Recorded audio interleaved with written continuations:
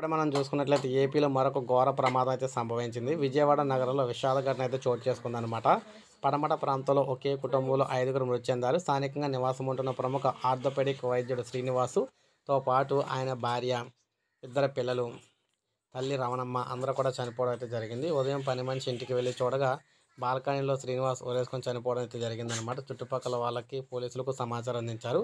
పోలీసులు ఘటనా స్థలానికి చేరుకొని పరిశీలించారు. ఇంటి లోపల శ్రీనివాస్ భార్య, ఇద్దరు పిల్లలు, తల్లి మృతదేహం ఉన్నాయని వాళ్ళ గొంతులు కోసుకున్నట్లుగా తెలుస్తుంది. సో ఇటీవల శ్రీనివాస్ ఆసుపత్రి పెట్టారు. నష్టాలు రావడంతో దాన్ని అమ్మేశారు. అప్పటి నుంచి ఆర్థిక ఇబ్బందులు ఉన్నారు. దీంతో ఆయన కుటుంబాన్ని మార్చి ఆపై అక్కడ చనిపోయి ఉంటారని చెప్పేసి భావిస్తూ ఉన్నారన్నమాట. సో ఏది ఏమైనా పెను ప్రమాదం అయితే జరిగింది. ఒక బంగారు లాంటి కుటుంబం, డాక్టర్ కుటుంబం అయితే చనిపోయిందనమాట. ఇప్పుడే మనకి అప్డేట్ వచ్చింది. ఒక లైక్ చేయండి, సబ్స్క్రైబ్ చేసుకోకపోతే మన ఛానల్ సబ్స్క్రైబ్ చేసుకొని ఫాలో అవుతుండండి. అలాగే మనకి అయితే ముఖ్యమైన అప్డేట్స్ అన్నీ కూడా మిస్ అవ్వకుండా మన ఛానల్ ద్వారా ఎప్పటికప్పుడు లేటెస్ట్ అప్డేట్స్ అందిస్తూ ఉంటాను.